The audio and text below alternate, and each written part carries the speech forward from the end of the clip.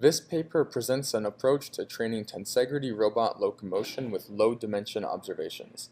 This video will outline our simulation and hardware results.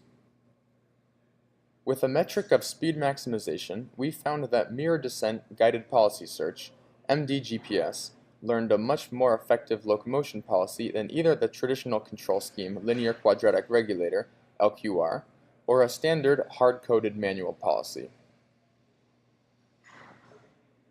It can be seen that the smoothness and effectiveness of the simulated robot's locomotion increases drastically throughout the training process.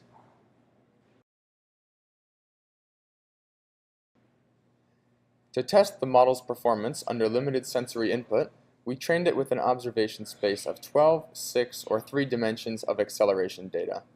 Although the spherical tensegrity system is dynamically complex, we found that the policies trained with lower dimensional data still performed as well as the original. In investigating this, we found that while the robot still performed nearly as well when trained with purely gravitational acceleration data, the policy's success plummeted when given linear acceleration data without any knowledge of gravity. This hypothesis was also tested on 6 and 3-dimensional data with similar results.